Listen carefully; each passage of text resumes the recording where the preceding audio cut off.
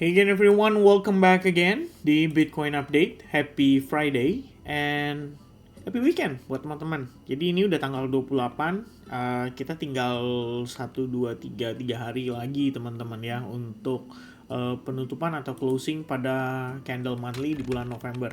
And what do we have here currently? Posisi Bitcoin itu kalau di candle monthly look so bad ya. Jadi kita open itu di harga 109.000, but then close-nya itu di kisaran 91.000. Drop-nya dari openingnya itu sekitar 16%. Jadi kalau kita mengacu pada data Bitcoin historical monthly dari CoinGlass ya, kita bisa lihat bahwa November kali ini bisa dibilang adalah salah satu closing merah yang secara rata-rata closing merahnya itu kebetulan di level yang sama gitu. Jadi kalau kita lihat dari tahun ke tahun ya teman-teman, cuma ada satu kondisi merah closing tapi di bawah 10%, yaitu pada 2021 dan itu post halving. Jadi sebenarnya harusnya dia memiliki karakteristik yang sama dengan periode 2021. Jadi kalau misalkan sama, ya karena kan kita post halving year. Halvingnya tuh 2024 pada 20 April. Kemudian 1 tahun setelahnya ya berarti sekarang di 2025 gitu. November harusnya bisa jadi closingnya kayak begini gitu kan. Ternyata tidak gitu ya. Dan historically speaking, it's a bit dangerous ya teman-teman. Karena every time November closing dalam keadaan bearish, umumnya Desembernya juga closing bearish. Oke, tapi nggak terlalu jauh. Jadi kita bisa lihat ya, worst case-nya itu adalah yang 2021 justru. Jadi, kalau saya berasumsi sedikit teman-teman ya, kadangkala ada nih kayak periode 2013-2014, tapi kan itu data lampau sekali. Dan benar-benar pure trader retail gitu kan, yang bertransaksi di sana. Investornya juga sama, semuanya retail gitu. Nah, kalau sekarang mungkin nggak terlalu mirip dengan kondisi tersebut. Artinya kita bisa mengambil data informasi berdasarkan pergerakan market ya setahun terakhir lah sejak ETF itu mulai masuk pada Januari 2024. Tapi Fin 2024 lain lagi story-nya gitu kan. Sekarang juga sama, story-nya lain lagi. The Fed mau rate cut, bla bla bla gitu. 2024 gimana? Ya waktu itu baru mulai rate cut, kemudian halving year, terus Donald Trump menang dan bla bla bla. Exactly, betul. Jadi kita nggak bisa benar-benar memappingkan perkiraan persentase closing untuk di bulan berikutnya hanya berdasarkan data-data tersebut. Ya, tentu saja kita membuktikan itu pada bulan Oktober. Ketika kita berharap bahwa di bulan Oktober biasanya closing hijau, ini closingnya merah. November juga sama, kuartal 4 biasanya closing hijau, ini menuju closing merah. Jadi Q4 rally yang digadang-gadang, yang ditunggu-tunggu, itu justru malah tidak memberikan harapan yang amat sangat mencerahkan lah bagi para kita investornya gitu kan ya. Nah teman-teman sekalian, jadi gimana kita menanggapinya? Sebenarnya gini, kalau kita bukan berasumsi ya, tapi kita menganalisa berdasarkan data yang udah ada gitu. Kenapa kalau misalkan closingnya di bulan November itu gede, kayak 16%, 17%, 36%, Desembernya tuh closingnya tipis. 5%, 5%, 3%, bahkan di sini kalau ini nggak terlalu relate lah ya. Tapi yang ini yang paling relate, 3 ini gitu guys ya. Di-compare dengan yang 2021. Kalau 2021 saya bisa mengerti, mungkin negatif 7% itu adalah indikasi reversal. Dan lagi-lagi itu menuju bear market.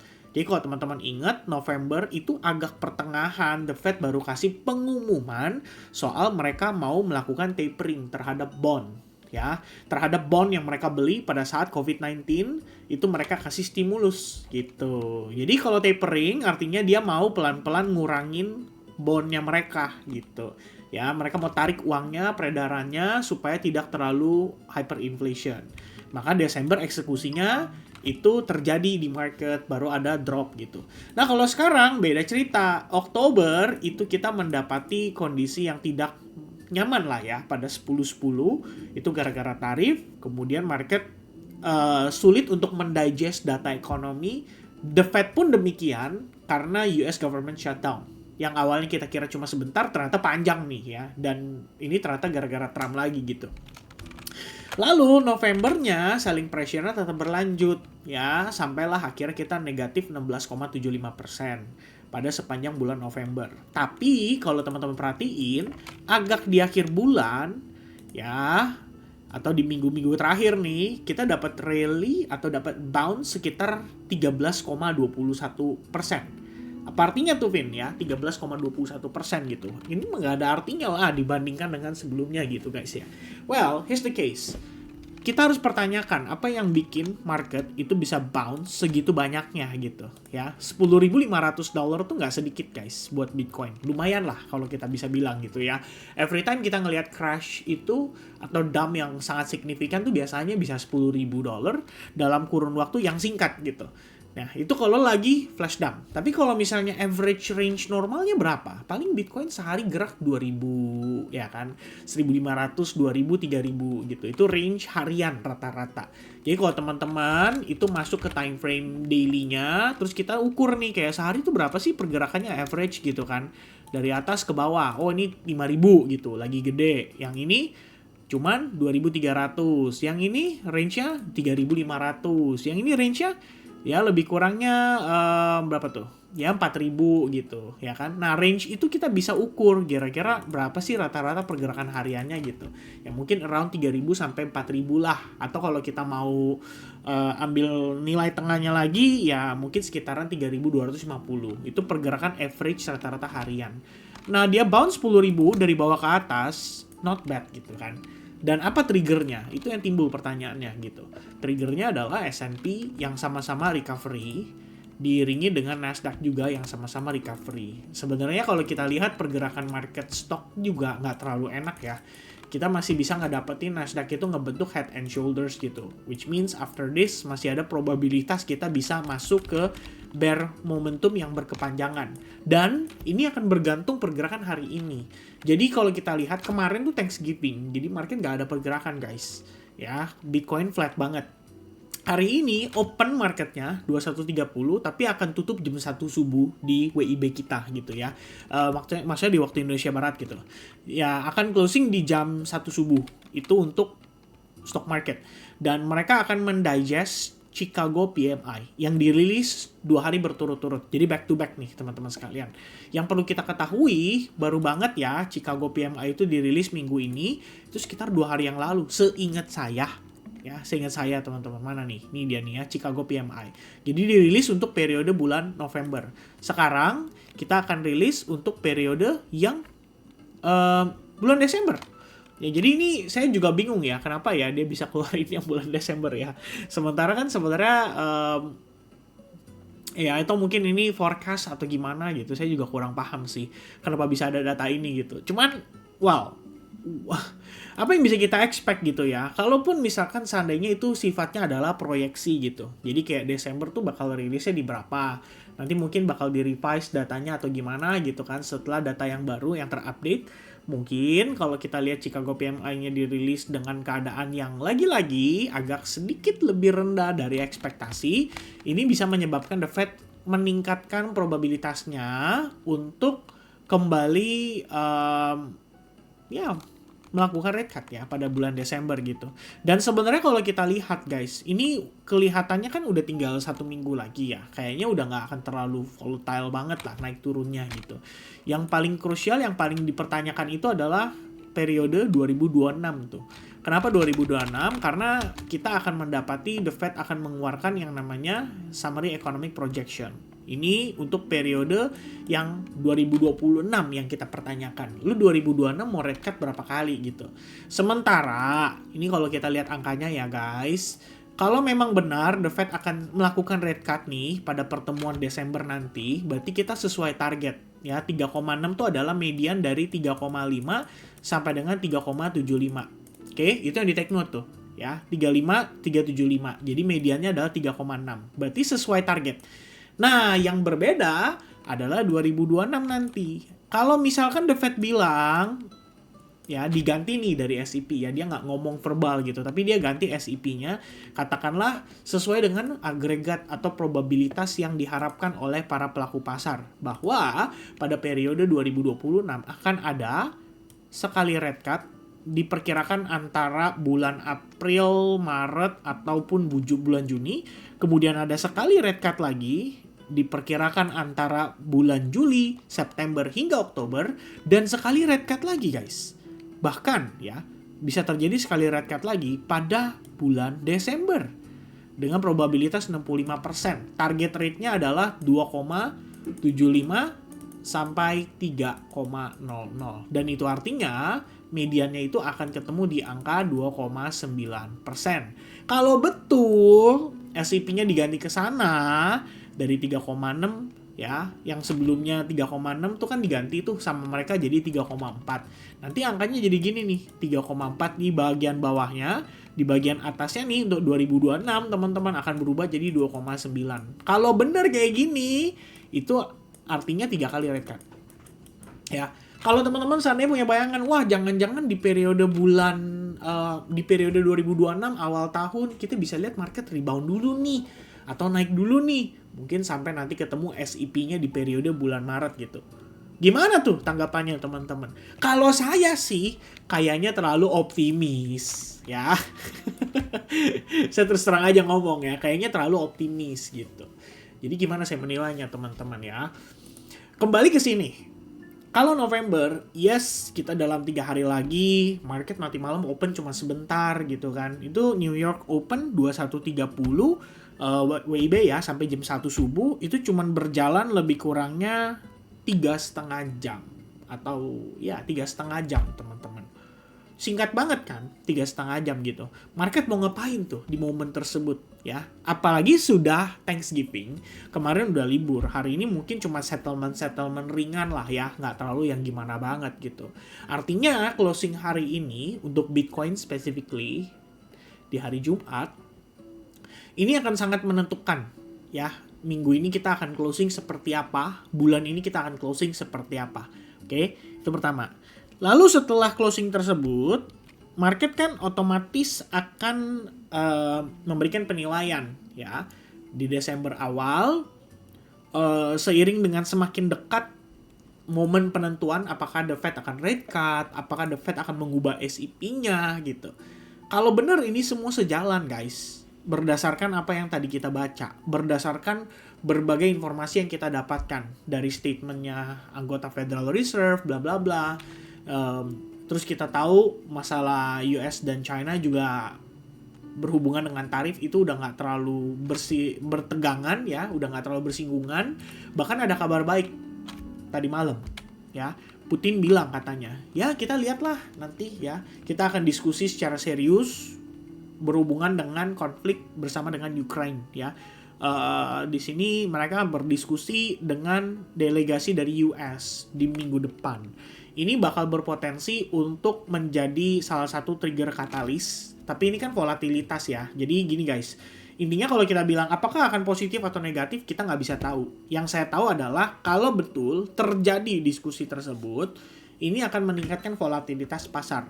Ya, pasar mungkin akan tetap nge-react berdasarkan sentimen yang ini, berdasarkan probabilitas ini, ya, apakah The Fed akan lebih dari 1 kali gitu. Intinya begini ya guys ya.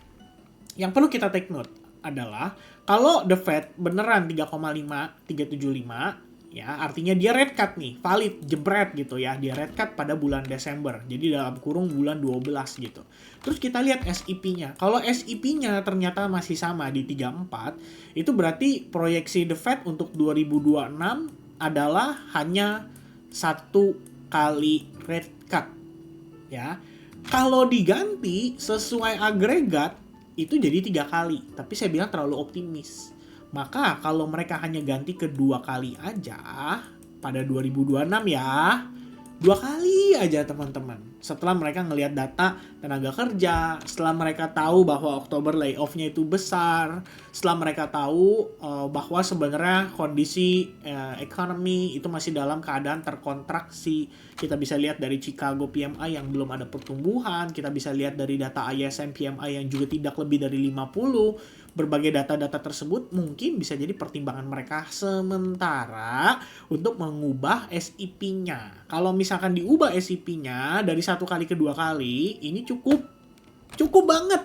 Buat apa teman-teman? Buat jadi trigger Bitcoin kembali rebound. Oke?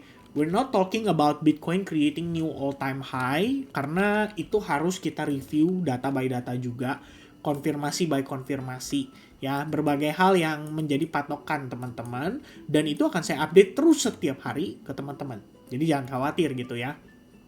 Yang jadi krusialnya, mungkin bukan krusial lah ya, tapi yang menjadi validasi atas Bitcoin berpotensi testing ke 100.700. Itu probabilitasnya jadi meningkat kalau The Fed lakukan itu. Bahkan bisa extend sedikit lah gitu ya, sebelum nanti mungkin rollover atau gimana gitu teman-teman. Jadi tesis tersebut masih sejalan kalau bagi saya, dan dengan demikian ya teman-teman boleh planningkan gitu ya. Kira-kira kalau misalnya skenario-nya valid, kita sampai ke zona tersebut, actionnya teman-teman akan seperti apa? Apakah mungkin teman-teman, gue reduce exposure lah. Kalau misalkan nanti ada probabilitas dia naik lebih tinggi, ya why not gitu. Jadi kita tetap keep sebagian barang kita. Atau misalnya teman-teman, gue respect deh dengan 4-year cycle gitu. Gue nggak mau terlalu peduli dengan kondisi makro dan bla bla bla. Pokoknya gue berharap 2026 ada bantingan. That's it.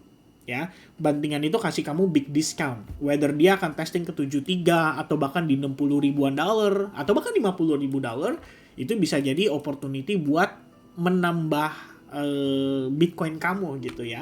Jadi beli dengan harga yang super murah, yang pasti keluarnya juga dengan harga yang nggak gitu buruk ya, kira-kira seperti itu. Itu sih teman-teman sekalian ya yang saya pengen coba sampaikan di dalam video kali ini.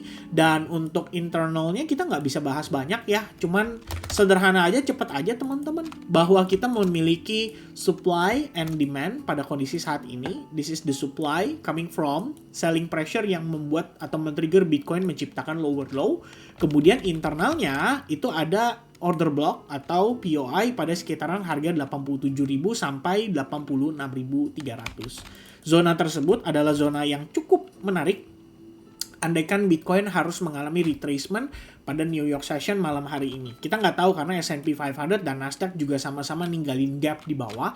Gap itu bisa aja ngetes dulu ya, atau dites dulu untuk memastikan kalau market itu istilahnya efisien kembali. Ya, but for now teman-teman sekalian, kalau kalian cek gitu ya, ini kondisinya masih rawan ya.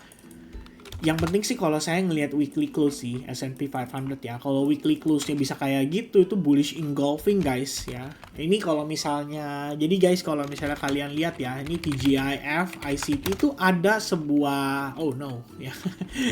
TGIF, ICT. Kalau kalian tahu tuh ya, TGIF itu adalah sebuah jenis setup yang di-develop oleh ICT. Ini yang penjelasannya secara sederhana gini. Kalau misalkan katakanlah sepanjang pekan kita ngelihat market tuh rebound gitu ya. Kayak misalnya case-nya S&P 500. Ya, dalam seminggu terakhir kan kita ngelihat tuh rebound terus tuh ya. Dari sejak hari Senin tuh ya. Ini Senin nih, naik terus. Nah, biasanya TGIF itu cenderung membuat closing weekly itu membentuk either low atau high-nya. Ya, maksudnya apa tuh, Vin? Jadi kalau misalnya dia naik terus, dia kemungkinan besar di hari Jumat tuh ada koreksinya gitu. Jadi ngebentuk wick atau buntut panjang ke atas gitu ya. Apakah panjang banget? Ya enggak juga. Bisa jadi tetap ada buntut, cuman buntutnya ya nanti kita lihat ya teman-teman. Contohnya kayak gini nih. Oke, nih kayak gini bisa nih tuh, ya kan? Jadi kita pikir, wah engulfing nih, ternyata dia closingnya di sini gitu. Dengan adanya buntut, nah itu bisa nge-trigger koreksi. Cuman on the weekly perspective, like I said before, teman-teman bisa lihat gitu ya. Every time kita in the bull run atau in the bull market, S&P 500 itu akan testing ke EMA 21 gitu. Dan teman-teman perhatiin, ini baru pertama kali ini kita ngetes. Setelah berapa bulan, ya kan? Setelah berapa bulan sejak kita crossing pertama kali, itu 189 hari. Berarti lebih kurangnya 6 bulan ya.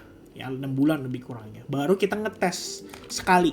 Ya, itu baru sekali teman-teman. Kalau kalian lihat, ya, during the bull run, during the bull cycle, untuk S&P 500, testing sekali, 2 kali tuh wajar gitu ya, bahkan berkali-kali gitu. For example, this one gitu, this one ya, sebelum rally lagi gitu. Di sini juga sama gitu ya, testing sekali, testing 2 kali, hampir testing ketiga kali, and then rally baru habis gitu. Ya minimal 1, 2, 3 kali lah dites gitu. Nah kalau sekarang kita baru ngetes 1 kali ya, baru ngetes 1 kali. Is it gonna create a strong bounce yang bisa dorong dia create all time high. Menurut saya tergantung ini ya. Balik lagi yang tadi saya jelasin. Kenapa teman-teman tergantung dari data tersebut? Karena market itu sudah pricing in duluan atas kekecewaan mereka, ya kan? Kalau the Fed nggak jadi rate cut, itu gara-gara statementnya Jerome Powell di bulan Oktober. Dia ngomong kayak begitu, market kecewa. Kita dibohongin nih guys, percuma ya SEP-nya diupdate bakal 3 kali rate cut, ternyata cuma 2 kali, sedih. Ada harapan ya, ternyata mereka melihat kepahitan kita ya, kita akan dapat kembali kesempatan rate cut itu. Ayo guys, kita push lagi ke new all time high ya. Itu mungkin ya teman-teman ya. Jadi mereka pricing in untuk kondisi yang baru. Ya, but that's the case gitu ya. Dengan kondisi saat ini, I believe Bitcoin still consolidating untuk internal structure-nya. Kita nggak tahu akan dibawa ke sini untuk dia naik atau dia ke sini untuk dia turun gitu ya. Tapi yang pasti supply and demand area ini akan sangat-sangat kritikal buat Bitcoin menentukan next direction. Yang paling penting adalah dia harus breakout ya, kalau misalnya kita pengen lihat dia bener-bener rally gitu. Cuma saya rasa dengan kondisi market yang udah menjelang libur panjang kayak begini, jadi long weekend, I think it's gonna be hard ya. Volume bakal kecil teman-teman. Dan kapan kita baru bisa expect ada pergerakan yang luar biasa lagi? Nantilah, tunggu hari Senin lagi teman-teman. Karena ya Anda tahu tuh ya, closing monthly, pembukaan candle monthly. Kalau hari ini tuh sebenarnya menurut saya lumayan ngeri sih untuk kita tetap paksakan melakukan transaksi. Itu sebenarnya lumayan ngeri-ngeri. Saya sih udah reduce ya risknya juga teman-teman.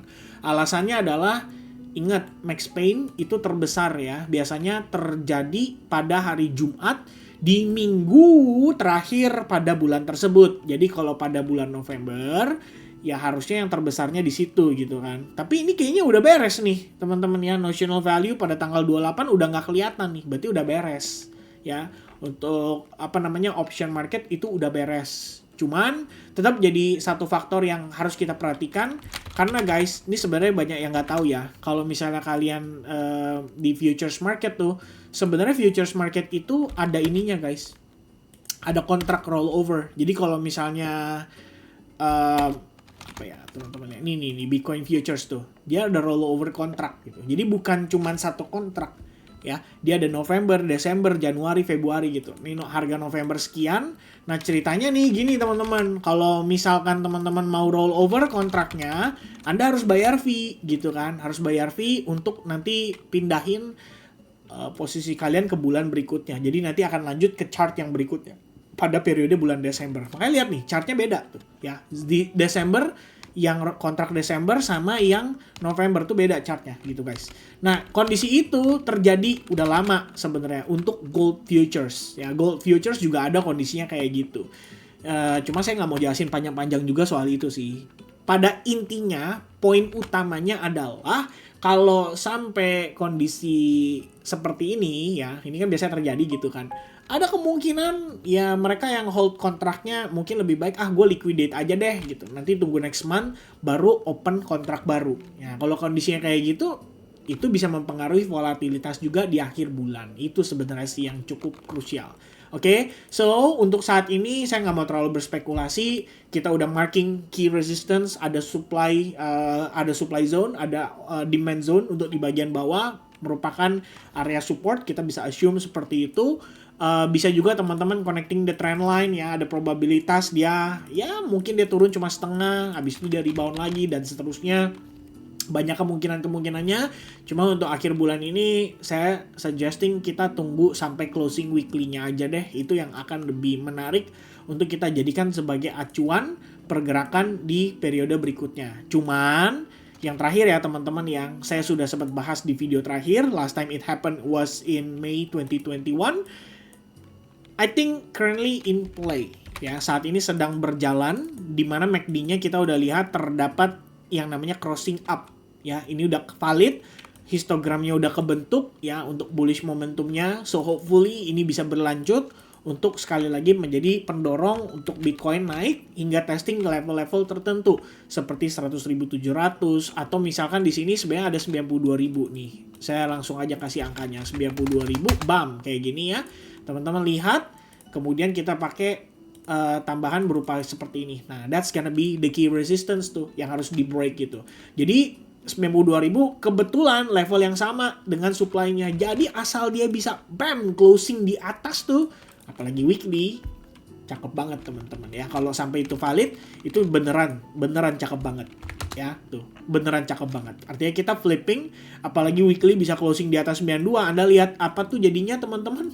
Candlestick reversal ya. Itu bisa jadi satu kondisi yang mendukung untuk tesis kita bahwa di Desember awal mungkin market akan berbondong-bondong pricing in untuk kemungkinan besar The Fed melakukan rate cut ya, karena mereka balik lagi yang tadi saya sudah jelaskan, sudah pricing in untuk nggak jadi rate cut, tiba-tiba jadi rate cut, udah kita beli nih mumpung masih murah, ibaratnya kayak gitu. Oke, so that's gonna be the update. Thank you very much guys for watching. Happy Friday to you all. Help me to achieve 1000 likes button di video ini. Kalau 1000 likes button kita live streaming di end of the week. Okay, cheers, bye bye guys.